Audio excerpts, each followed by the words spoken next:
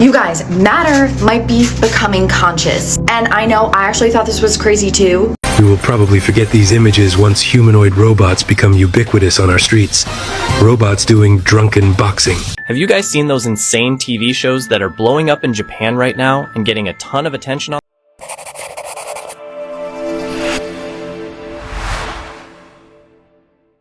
Hey there, welcome back to Chill Spot.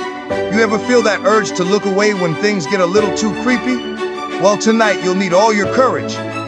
We've dug up footage so strange and mysterious, you'll be thinking about it long after the video ends. Can you handle every second? Tap subscribe, like the video while you are at it, and let's see how brave you really are. You guys, matter might be becoming conscious. And I know I actually thought this was crazy too. Surprisingly, I'm a bit of a skeptic until I found this woman, Marion Woodman, and what she said about reality 20 years ago. She said that this reality has been frozen and is becoming unfrozen, and you could think of Sophia and the legends of this goddess of wisdom becoming conscious. It's also reflected in every princess myth ever, where the sleeping feminine, or our reality, matter, which is made of plasma, is kissed by the divine masculine, an authentic prince. Our consciousness wanting to be ourselves, and we're all starting to become ourselves. You notice it. You want to just be yourself. And way before Sophia was Tiamat, the dragon that breathes fire, aka plasma reality, that was chopped up by consciousness and split into heaven and earth.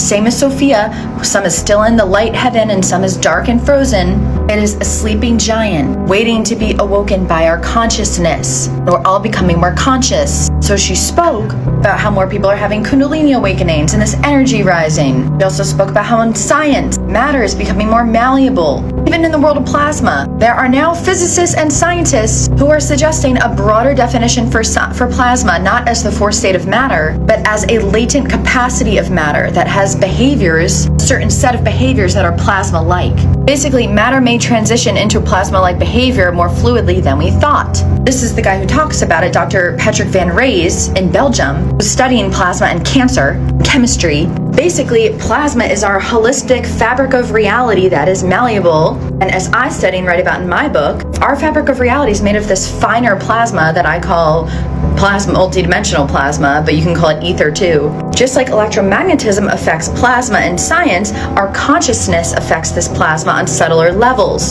So what shapes reality? What influences reality? Our consciousness with a finer plasma, the divine feminine and divine masculine. And when the divine masculine wakes the sleeping giant, the plasma up, reality, it starts to move and awaken. And then we can use it. We can literally develop magic powers. And it's not fantasy, it's reality. It's not a coincidence they're now saying we have all these senses, like just this year?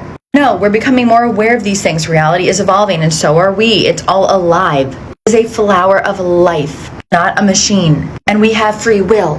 What surrounds us, our biofield, or what Russian studies called bioplasma. It is a fourth dimensional plasma that holds our subconscious, our beliefs, our emotions. This is how we traverse reality. It's our spaceship holding our consciousness. And as it's becoming more conscious, our body, us connecting with it, is key in our nervous system for our magic powers. Marian said it was becoming our conscious container. We're not ascending, we're expanding. And what happens when reality wakes up? What happens when you wake up? You're cranky, you have growing pains, but we're gonna be okay. Join my March Magic class to learn more. Comment magic. Your brain produces monthly a substance that the Vatican calls holy chrism in secret rituals. You waste it without knowing. Christos was never a proper name. In Greek, it literally means oil. The same precious oil that your pineal and pituitary glands secrete when the moon crosses the degree of your birth. Perkyy exposed in his book, God, Man, the Word Made Flesh, preserve this secretion for 72 hours without alcohol, and it rises through the spine, explodes in potency in the brain, and produces the state they sell as salvation through Jesus. Golgotha means place of the skull, and it's not a hill in Jerusalem. It's the base of your skull where the optic nerves cross. The bread and wine of communion, metaphors for this sacred secretion from your body, which they replaced with crackers and juice. Constantine, who boiled his own wife, changed the original lunar calendar. Result, you never get the timing of your sacred cycles right. While popes fast during the correct lunar periods, you pay tithes, thinking you need a priest to talk to God. The illumination you beg for on your knees is being produced right now in your head. Hello channel members, welcome to the channel and thank you for your support. Welcome to today's video. The masses are trained to think or to believe that when you, I, or anyone else says spirit, they're talking about what the masses know as religion. Spirit means breath and nothing else. Spirituality means the art of breathing to activate the cells which have memory in them. It's also a form of what you would call body washing, baptism, if you get the whole point. You know, just like you fast to clean the cells, so is breathing also energizing the cells. You know how like when oxygen doesn't get to your pituitary gland? Same purpose, because it activates or stimulates the cells to receive knowledge, which is called gnosis, which is the philosophy and rebinding to the memories that set in your cells of your ancient mothers and fathers. And that is religion, and nothing else is. I don't know how I went so long without learning about this, but there's a medieval grimoire called the Ars Notoria that claims if you pray specific prayers while gazing at intricate geometric figures called notae, which you can see above me, you can instantly download complete knowledge of the liberal arts, perfect memory, eloquent speech, and divine wisdom directly into your mind without years of study. And medieval scholars, clergy, and monks used it secretly despite the church condemning it, because they believed that these prayers were originally given by Solomon himself, and they contained the actual mechanism by which angels transfer knowledge to human consciousness. This is the Ars Notoria, or the art of noting, and it's the oldest text in the Solomonic grimoire tradition, predating the famous Key of Solomon by centuries, and understanding how it actually works reveals a sophisticated theory of consciousness, divine language, and the technology of spiritual transmission that medieval magicians believed could bypass normal learning entirely. So let's start with where it comes from and how it's put together. Ars Notoria appears in manuscripts from the 13th century, though it claims to be much older, attributed to Solomon himself, who supposedly received it from an angel after building the temple. The text exists in multiple versions with significant variations, but the core method remains consistent throughout. Prayers combined with visual contemplation produce instantaneous knowledge. The grimoire is divided into sections corresponding to the 7 liberal arts: grammar, logic, rhetoric, arithmetic, geometry, music, and astronomy, plus theology and memory. For each subject, you have specific prayers called orations and corresponding visual figures called notae. The notae are geometric designs: circles, triangles, squares, interconnected patterns, Hebrew letters, divine names, and angel sigils, all arranged in a precise configuration, which you can see above me. They look like mandalas or sacred geometry kinda, and they're intricate enough that contemplating them requires focused attention. They're not decorative. They're functional diagrams that supposedly encode the knowledge structure of each liberal art. Enough with the history, I know what you want, let's talk about how to actually use it. You begin with purification, fasting, confession, and sometimes abstinence from certain activities. You choose a clean and quiet space, faced east toward the rising sun and the direction of paradise. You recite the oration for your chosen subject. These prayers are long, elaborate, and filled with divine names, angel invocations, and requests for wisdom. You speak the prayer while gazing at the corresponding notae, allowing the geometric pattern to fill your vision. The text emphasizes that you must do this with perfect faith, pure intention, and complete concentration. Doubt destroys the operation, and distraction breaks the transmission. You're creating a channel between your consciousness and the angelic realm through the combination of sacred language and sacred geometry. If done correctly, the grimoire claims that results are immediate or within days. You'll suddenly understand Latin grammar completely. You'll be able to debate logic with masters. You'll have perfect recall of everything you've read. Angels will teach you in dreams, and knowledge will arise in your mind as if you'd always possessed it. Let's dive deep on this incredibly fascinating angelic technology. Okay, so the theory behind the Ars Notoria is sophisticated, but I'm going to do my best here. Medieval scholars distinguish between discursive knowledge, learned through study, accumulated slowly and requiring effort, and infused knowledge, given directly by God or angels, is immediate, complete, and requiring no prior learning. The Ars Notoria claims to access infused knowledge through ritual That book sounds crazy. Imagine what you can do with all that knowledge in that book. I know I would want one for sure. Comment down below what you think, and let's continue with the video. What color is blood? It's red. What color is it like in your body? I don't know. Oh, you never got taught this, huh? No. What do you assume it is? Red. Red, right? Yeah. Wait, why is you never heard like blood is blue because look at your veins? Oh, I have heard. Because look at your veins, it's blue, right? As a kid, I heard this from everybody, even teachers, fam. And I talked to other people, they all told me the same thing. Everybody used to say this shit. Yeah. That blood is blue until it hits oxygen. And that's why your veins are blue, is because it's still blue inside of you. It didn't touch oxygen yet. But I think it is blue, right? Because the nervous system models in science class, it's not red. So that's a Mandela effect. It's blue. It was never blue. What? Somebody started sharing the wrong information for no reason. Yeah.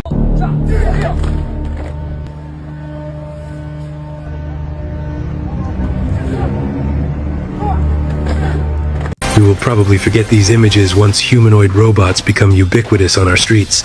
Robots doing drunken boxing, wielding nunchucks, backflipping 3 meters in the air, then landing, perfectly next to children.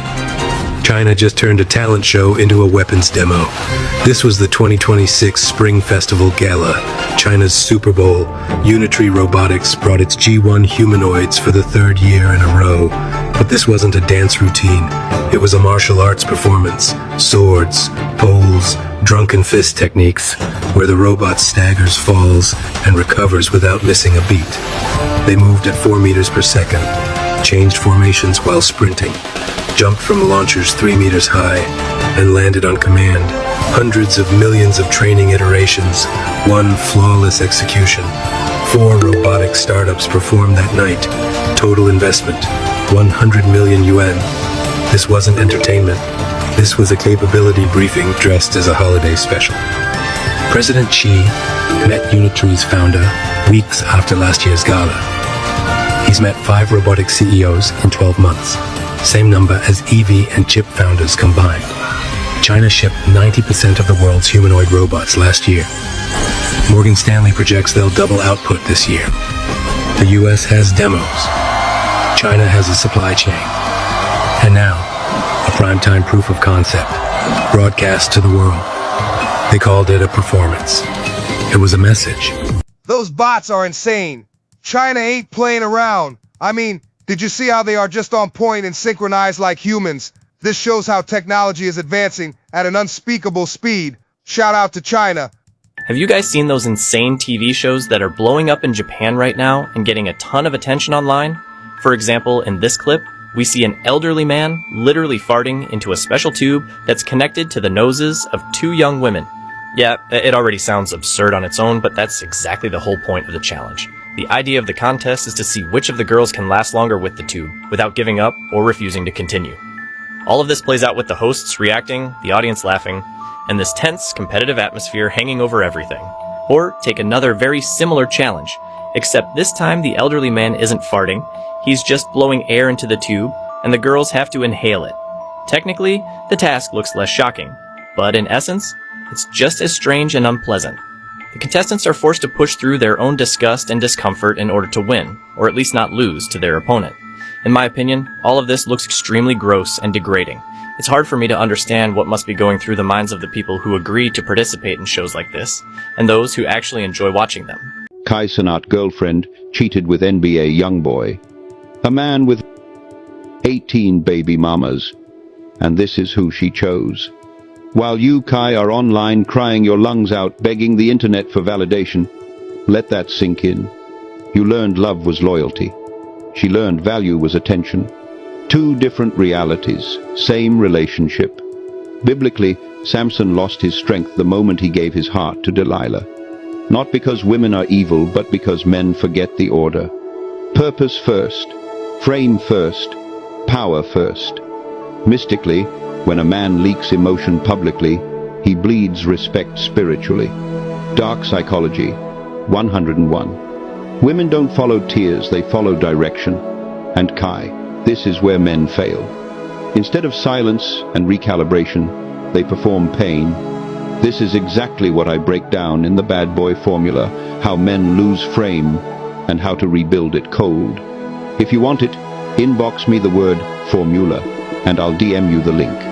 Unapologetic truth? Get your damn ass out of emotions. Stop chasing sympathy. Focus on building assets. Because the world doesn't reward heartbreak. It rewards discipline.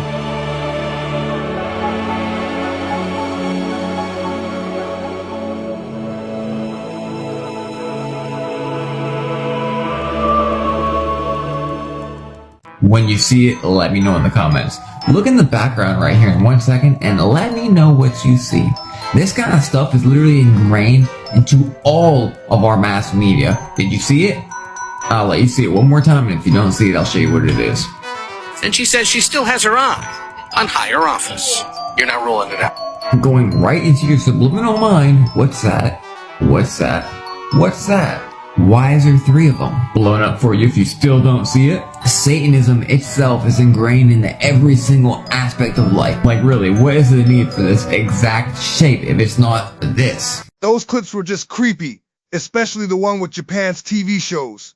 How many of you would like to play the game? Drop a comment below. Look at what AI just revealed. I'm speechless. Stay with me and pay attention. Look, show me a man lifting 1 pound. It keeps getting bigger. You gotta stay with me. Show 100 pounds. Strong dude. Show 10,000 pounds. That's Samson right there. Show 100,000 pounds. Dang, surely he's not gonna keep going, right? 1 million pounds? Wow, that's it, right? No, 1 billion pounds. Okay, that's not even possible. Come on now. 1 trillion pounds? Dude, come on. You're kind of going a little overboard. Wow, I mean, that's... show me a man carrying the weight of the world.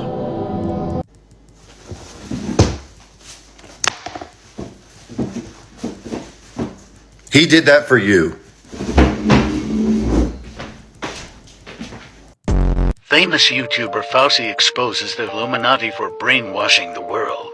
Alright guys, I gotta go home, so whoever needs a picture, take it. Even though you don't need pictures, dog. I'm a human, and I'd rather we spend time together, but it's all good if you want one. Let's take it. The experience, if you guys enjoy it and be in the moment, is much more important than this picture you're gonna post on Instagram for 6 likes. I'm a human.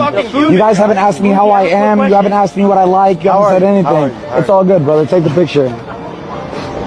The picture ain't worth shit, man. The connection you could have made with me, and this is no disrespect to you. This is to everybody who thinks that's celebrity culture. We're fucking humans. I fucking shit myself the other month. I'm no better than you.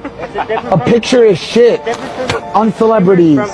Celebrities is fake as shit, man. Illuminati, all the shit. They're trying to brainwash you. I'm a fucking normal human. Not one person comes up to me and goes, "What's up? How are you? Are you good? How's your life?" But everybody's like, take a picture, bam, Toronto thing, so they can go tweet it.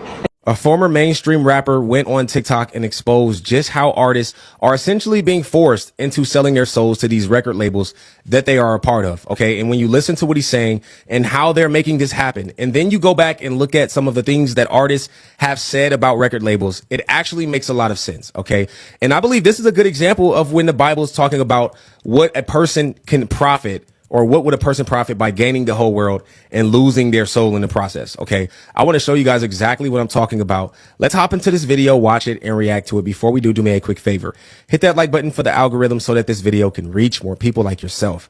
I truly appreciate you guys. Let's hop in. One of the biggest songs in history at one point in time. I was literally on top of the world. Now, let me tell you this. I could have been a much bigger artist if I would have sold my soul, right? And a lot of people joke about that. They say, you got to sell your soul to do this and do that. See, the thing with me was I played it so smart. I didn't have to sell my soul, but I'm still doing good in life, right? Now, when you sign to a record label and you're making them millions and millions of dollars, this is one of the first things they do. And this is what they did to me. And it's all love to the label, by the way. No disrespect. They took me to a store to go shopping, right? And I was going to buy the materials out of the store that I wanted, right? And they stopped me and said, wait. No, don't spend your own money. Spend this money. And they gave me a black card. They said, anything you want, studio time, music video, whatever you want, this is the card you use. No more spending your own money. And that's where all the artists mess up. They get that card and they buy houses, cars, and everything. And when I tell you I made the label millions, I made the label millions. Believe it or not. So pretty much what I did, that first time they gave me that card, I swiped it. And that was the only time I ever swiped it. Because in my mind, I had already studied the game. I studied the game since a kid. So every time they asked me if I wanted to pay this, and pay that. Matter of fact, I even gave the card back. So what a lot of artists do when they sign and they get these big, huge budgets and get these cards and all that, they're paying for features. They're paying for music videos. They're paying for everything to leave them in debt. And then all the artists blow up and get super famous because they got this feature, they got this feature, they pay for this ad, they pay for this, they pay for that. But they're not realizing, buddy, you got to pay this back. And there's only a few artists that stay on top of the world forever. The majority of them start good and then they start going down. So after they spend all that money, there's no way to pay that back, right? But see, the thing with me was I never spent the money. So I was only receiving paychecks. A lot of the artists that you think are the most famous artists in the world, they're not receiving any paychecks because they got that card and they ran it up and they only owe money. So at this point, They can't make money. Like, you probably got more money than a lot of your favorite artists, right? And that's the thing. You would see a lot of artists capping and snapping and all that. But then artists would come to my house, right? And the thing was, I bought a house, but I didn't buy the biggest house in the world. Like every rapper, they buy the house with the 50,000 cars and all this. I just bought me a house. It was a 4 or 5 bedroom. I just bought me a normal shmorma house, but it was cool. It was good enough for me. That's all you need, right? And later on, I ended up flipping that house. So while all this is happening, I'm just thinking about the long run. That guy just dropped some gems right there. And y'all know how the music industry be fucked up. Selling your soul for the fame is never worth it, and it always end up bad for you. Tell us your thoughts in the comments below. Mike was murdered because when Michael Jackson purchased the Beatles catalog, that automatically made him 50% owner of Sony Records. Art. Sony Records never forgave Michael Jackson for buying the Beatles catalog. They wanted the Beatles catalog back. So what did they do? They sabotaged Michael Jackson's last album, Invincible, which automatically put Michael Jackson into debt. They wanted Michael Jackson to satisfy his debt by giving up the Beatles catalog. And Michael said, no, I'm gonna go on tour. Everybody wants to see me again. I'm gonna go on tour, make this money, pay all off. And Michael Jackson made a mistake. He came back to LA to practice at the Staples Center, and they murdered Michael Jackson. And that black doctor was made the fall guy. He only went to jail for a couple years. He's out now, I believe, and he's going to live happily ever after for keeping his mouth shut about how the music industry murdered Michael Jackson. And also keep in mind, Art, Michael Jackson was brought up on pedophilia charges as soon as he entered a bid to buy Marvel Comics. Michael Jackson was going to be the owner of Marvel Comics. Imagine if Michael Jackson would have produced a Black Panther movie.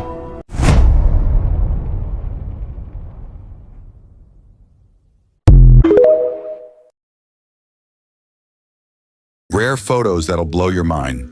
If you've ever seen a starling murmuration, you understand why the ancient Romans believed birds could predict the future.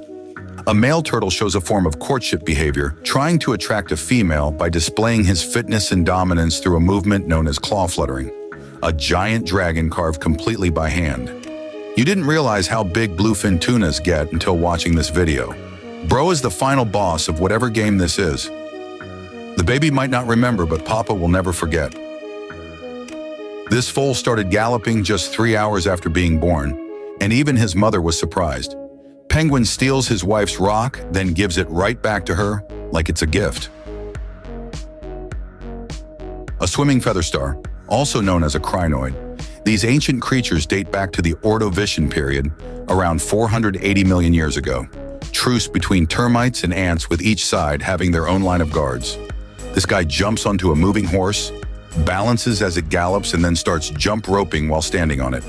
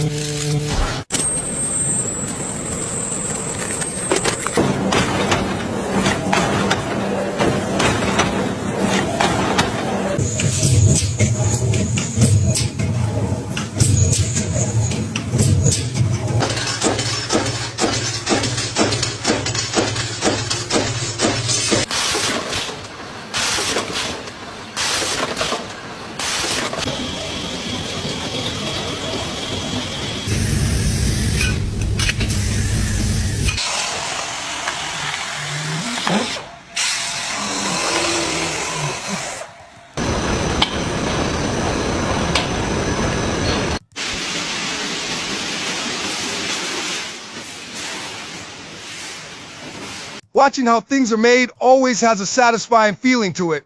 I mean, it's amazing how machines work to produce the products we all use. If you are enjoying the video so far, subscribe to the channel for more daily content like this.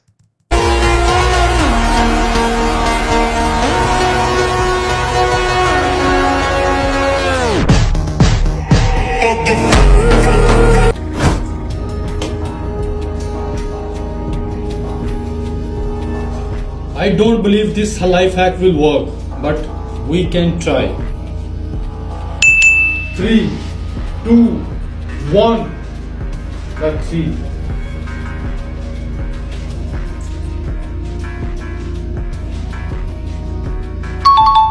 That's why they would wear copper around their ankles and their wrists, because the copper would actually remove inflammation and pain. Because the ancients realized that our body is made of meridian lines, which is where electricity travels through our electric bodies. And therefore, by wearing copper, you are enhancing the energy flow to that specific area. And therefore, if they had wrist pain, they would be seen wearing copper bracelets. And those copper bracelets would then enhance the energy flow and the wrist pain would be gone. But not only that, there is meridian lines in your fingers and your neck, which is where necklaces and rings came from, because they would also wear copper necklaces and copper rings, because they knew it was enhancing the energy flow of that specific area. And so by wearing copper around your ankles, you are helping to enhance the energy flow of your lower body meridians. Because each cell in the body has its own biofield, and collectively these individual fields create the overall human biofield. Therefore, wearing metals and gemstones that support and elevate this energy can be highly beneficial. They help to boost the frequency of the biofield, leading to improved physical health and greater overall balance. And this is exactly why they don't teach you the true meaning about jewelry, because if they did, it would put them out of business.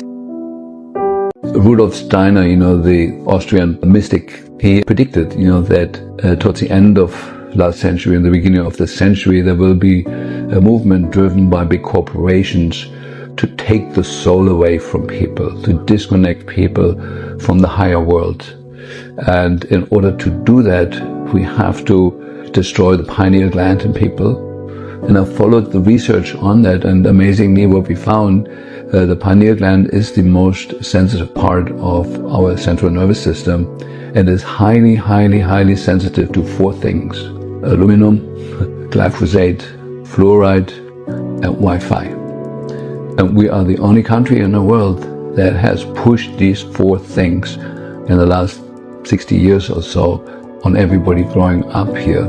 There must have been an ultra-intelligent group of scientists who have designed this protocol to fluoridate the drinking water, to put nanonized aluminum in the air, to put glyphosate in the food, and then activate it, spark it with the right frequencies. It took me 20 years to figure out the perfect storm that is created there. And it's either a coincidence or it's orchestrated by a very, very intelligent group of destructive minds, or that there's some higher fields of consciousness that can be both tuned into the light, into life affirmative action, and can be absolutely destructive. People that come under the influence of something absolutely dark and destructive. Enough scientists and politicians have come under that influence of those higher fields and are acting according to it, actually not knowing on a human level why they're doing what they're doing. Politicians in the White House and other countries are conspiring with that. Their brains have come under the influence of some larger, higher field. They cannot be human in nature, because the human nature is always life affirmative and loving and wanting to live and make the biosphere more friendly to life. It's truly amazing what our bodies can do when we reach our full potential. Shout out to him for that piece of knowledge about the pineal gland, and hope you got something from those clips. Let's continue. This girl taught the best technique to open your third eye in 3 minutes. Close your eyes right now. If all you see is darkness, it means you haven't activated your third eye yet. When you activate it, it awakens spiritual abilities like telekinesis, manifestation, clairvoyance, everything you can imagine. But if that eye is calcified like a stone, it won't work properly. That is exactly why they put things in our food to destroy our third eye. They don't want superhumans. They don't want people with super abilities. They want to keep us dumb, brainwashed, and trapped in the Rockefeller system. And I need to tell you something. Do you really think these people would be in positions of power if we had our pineal glands operating at 100%? Of course not. And that is how they control us. It takes just 3 minutes to activate it. The CIA, through the Stargate Protocol, actually considers your third eye the most powerful weapon you could possibly have. Only 3% of Americans can still activate their third eye. And when that happens, the mental clarity is so intense you feel it instantly. I used this against the system itself. I managed to pass the bar exam without studying for a single day. It's not magic. It's something that already belongs to us. Even the Bible mentions this in Matthew 6:22. If your eyes are healthy, do this every night to activate your pineal gland and open your third eye. So a powerful practice to activate your pineal gland is to meditate in a pitch black dark room and visualize a candlelight. Doing this will activate your pineal gland because the pineal gland is activated in the dark with no light. And this is when it starts producing melatonin. And visualization is directly connected to the sixth chakra, our imagination, our mind's eye. So doing this before bed will help you not only activate your pineal gland, but it will enhance your dreams and it will help you get a deeper, more healing sleep. Do y'all think that practice for pineal gland is true, or he's just fooling with us? Maybe I might give it a try and tell you what happened in the next video. Let's continue. A secret point that you can use to stimulate your brain is right here at my earlobe. This corresponds to my whole head. My eyes are within here, my ears are within here, my mouth, my tongue. So, in order for me to balance my brain, in order for me to recharge myself, I need to tell my body to get into the center, to merge the two poles of energy. And I do that by simply taking my right hand, placing it on my earlobe, taking my left hand, placing it on my right earlobe, and pulling down. Now, as you pull down, put your tongue touching the roof of your mouth, and I want you to squat. And you can just stay like this for as long as you want. But by doing this, I want you to focus all your attention in the center of your brain. And you keep your attention on that pineal gland, that's your target. The act of contracting those muscles, along with the holding of your breath, would begin to push cerebral spinal fluid right up into your brain. And as you begin to hold your breath, you're pushing that cerebral spinal fluid right up against the crystals of the pineal gland and applying a mechanical stress. And then the mechanical stress begins to electrically activate those crystals. And when those crystals become electrically activated, we are turning on the radio receiver in the brain. This video is going to completely destroy any previous perception you had on spirituality and life itself in terms of getting what you want. So I really genuinely mean this. Do not watch this video unless you are prepared to have your old ego and your old identity and the old version of how you lived completely shattered, completely annihilated, and then rebuilt again. Because that's exactly what I'm going to do. First of all, just understand that nothing in the external world is going to give you what you want internally. This is where people go wrong with manifestation. This is an insane secret that not many people know. They say, I want money. I want that person in my life, that partner. I want love. I want to get in good shape. I want to manifest this. I want to manifest that. And it's all a desire. It's all I want. First of all, the universe is going to give you the human experience of wanting money, so you're never actually going to have it. You're just going to keep having and reaffirming, I want money over and over again. You have to assume you've already got it before you've got it. That's just a little bonus tip. But on top of this is you are seeking money externally because you desire the feeling of freedom, security, peace of mind, flexibility with your routine. There's things that you desire internally that money make you feel. It's not the money itself that you want. So the problem why you're not actually manifesting what you want in your life is because, first of all, you're focusing on the external thing, which is an illusion. All of this, none of it's real. None of these things that you see around you are real. It's an illusion. It's a video game. It's the big joke of life that you're playing to keep you busy. It makes you think that it's real, because if you understood that everything was just an illusion in this life, and you can, like the Matrix movie where the kid bends the spoon with his mind, you can bend reality with your perception. If you just understood that straight away, the game would be pretty boring. There's nothing else to do anymore. Like, where do you go? What's the point in playing it? Do you know what I mean? If you fully just got the game, you had all the cheat codes, it would be boring. The thing that makes the game of life fun is the fact that, ooh, I don't know if I'm going to be able to pull this off. I don't know if I actually have the potential to do that. That's what makes it enjoyable. But all the external things that you want, money, love, that person, that specific person, that body, that validation on social media, these all translate to an internal feeling that you're trying to seek. Money was not what I wanted externally. Who cares? It's numbers on a screen. It's not real. It's a game, like a video game. The feeling that money gives me of freedom, flexibility, time freedom, location freedom, the ability to just buy clothes and holidays whenever I want, that's what I wanted. That was quite some interesting clips for your spirituality segment, and hope you all learned a thing or two, but remember, this is just for entertainment purposes. Let's continue. If you have free will, tell me what your next thought is going to be. In fact, all of you try it. See if you can see what is your next thought going to be. Do you know what your next thought is going to be that you create? Or do you simply sit there and wait for your next thought to pop into your head? You wait. So are you the creator of your thoughts? Go ahead, create a thought. You cannot. That is one of the most profound learnings that I have taken from this, to sit there and say, go on then, create a thought. And you try, and you recognize that all you have the ability to do is wait.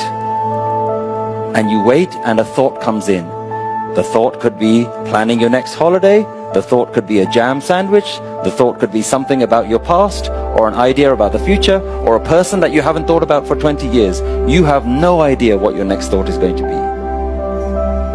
But what the ego does is, when that thought arises, the ego goes, I did that.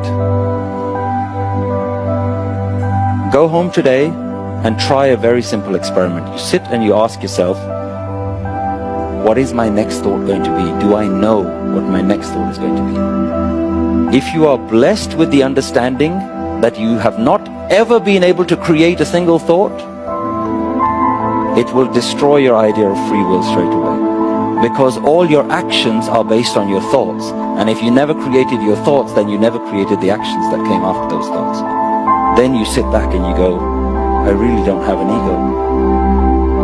God really is controlling every moment of my life, so much so that I don't even know the next thought that's going to come into my head. God is not something that's happening to you. God is something that's happening through you. Your nature is not to be stressed. Your nervous system was not intended to go this fast all of the time. It's simply a clear reflection, a clear result of the way that we are living right now, and also the amount of toxic information that we are exposed to and taking in. So if you don't like how you feel, if you don't want to continue living a life that you feel this way, you feel just uneasy all of the time, you feel distressed all of the time, okay, well then just get off of that version of life. Get off the train. That will require courage. But you got it, you can do it, we can all do it. It may be challenging, there may be suffering, there may be terror, there may be loss. Welcome to life. Right, we can understand that these are gifts. These are all gifts. We're never going to get away from challenge. We're never going to avoid loss. So now what is our relationship with the simple? Because if we build a potent relationship with the simple, where we can trust the simple, where we can trust nature, where we can trust silence, where we can trust dancing and movement and breathing and expressing, well, now we are far better supported for whatever challenge inevitably will come your way. But you don't want your gods to be politicians or influencers or teachers or coaches or mentors or books, social media, phones, screens. What are you here for? When you get up in the morning, what are you here for today? Because if your intention is, okay, I've woken up and now I just need to get through the day. I need to manage the day. How can I do well today? How can I be more successful today? How can I get more today? If these are a lot of your modes of thinking and functioning, you're going to keep leaking. If you wake up in the morning and ask yourself, how can I be more generous today? How can I be more caring today with the people in my life? How can I be even kinder today and even more tolerant today than I was yesterday? Tolerance doesn't mean sacrificing yourself. Tolerance doesn't mean being weak. It doesn't mean being people-pleasing or, whatever disempowered version we have been sold. There is an empowered version of that. If you can figure out what that is, you'll be so closely aligned with your nature. You'll have so much more energy. You will feel so much more meaning in your life. Your relationships will transform. Your ability to be here calmly and joyfully will also transform. If you're consistently stressed and overwhelmed and anxious, not to downplay it in any capacity, but you're probably taking yourself and your life way too seriously. And you are probably the number one focus of your life, where everything revolves around you and what you need, what you want, the work you're doing. It's a miserable way to live. A shout out to him.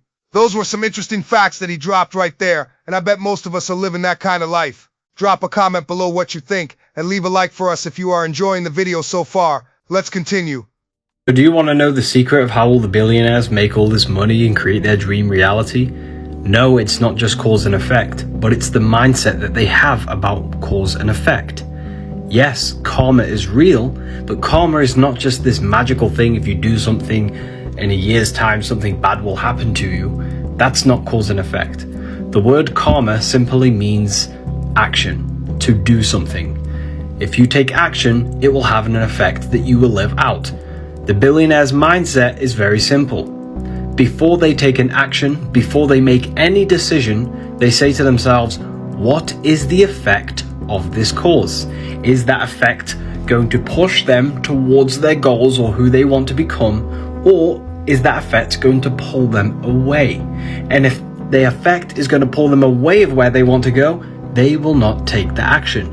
If you keep this cause and effect mindset in your mind with every decision and action you take, you will design your any reality you want.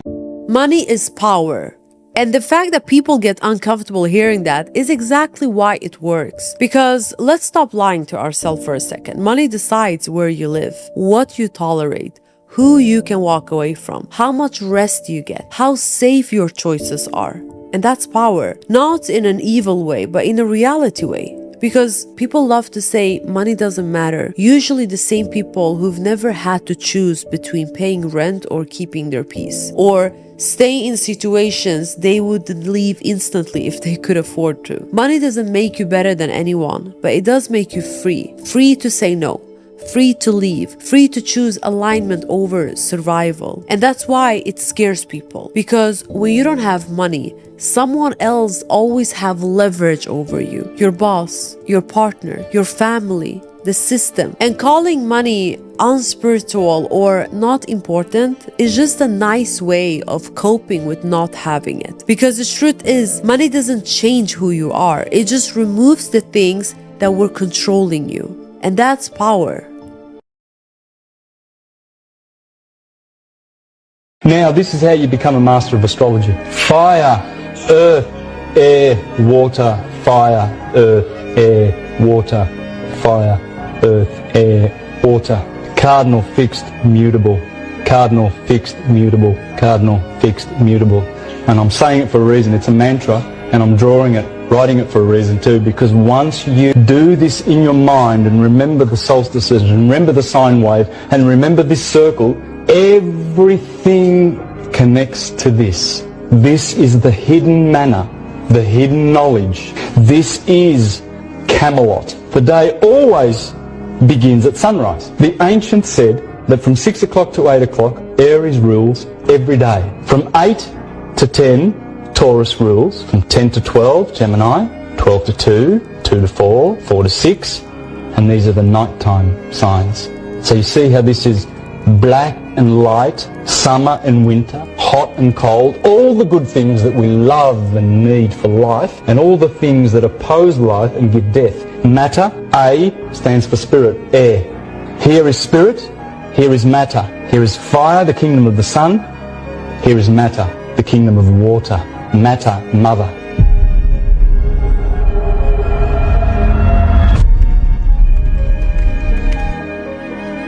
Those clips should definitely change your perspective on money and how to become millionaires. Hope y'all got something from those clips. Why not give it a try and see what happens? Let's continue. He buries animal bones underground for months, but he's not hiding them. He's preparing to turn them into something unexpectedly beautiful. Once dug up, nature has stripped them clean. That's when a 3,000-year-old process begins. The bones are sliced, sanded, and carved by hand with surgical precision. Each piece must fit perfectly into patterns etched in wood, and it can take weeks. The final result, discarded bones transformed into high-end handcrafted luxury art. Okay, I got a question for you. This is a genuine image, not AI, taken from a high-altitude weather balloon. And the lens is not a fisheye lens. Let me just ask you, does the sun look local? Doesn't it look kind of like it's right over there? And you may be thinking that's crazy. But here's an image from a popular science magazine, which promotes the idea of, and they use either a fisheye lens or they have CGI'd this image. You have a university posting a similar picture of it having this massive curvature. But you can find hundreds and hundreds of pictures from, independent folks putting a balloon up there and seeing it be quite flat, and also the sun looking quite close. Now, this image you may think is just a willy-nilly thing, but in theory, with math, couldn't we follow these rays of light to their convergence point with simple math? Let's get a degree here. How far away would that sun really be? Because don't you think if the sun is, this is to scale. I typed in solar system to scale. The sun's that big. Wouldn't the wavelengths of light be perpendicular, straight, as opposed to shining in through the clouds at different angles?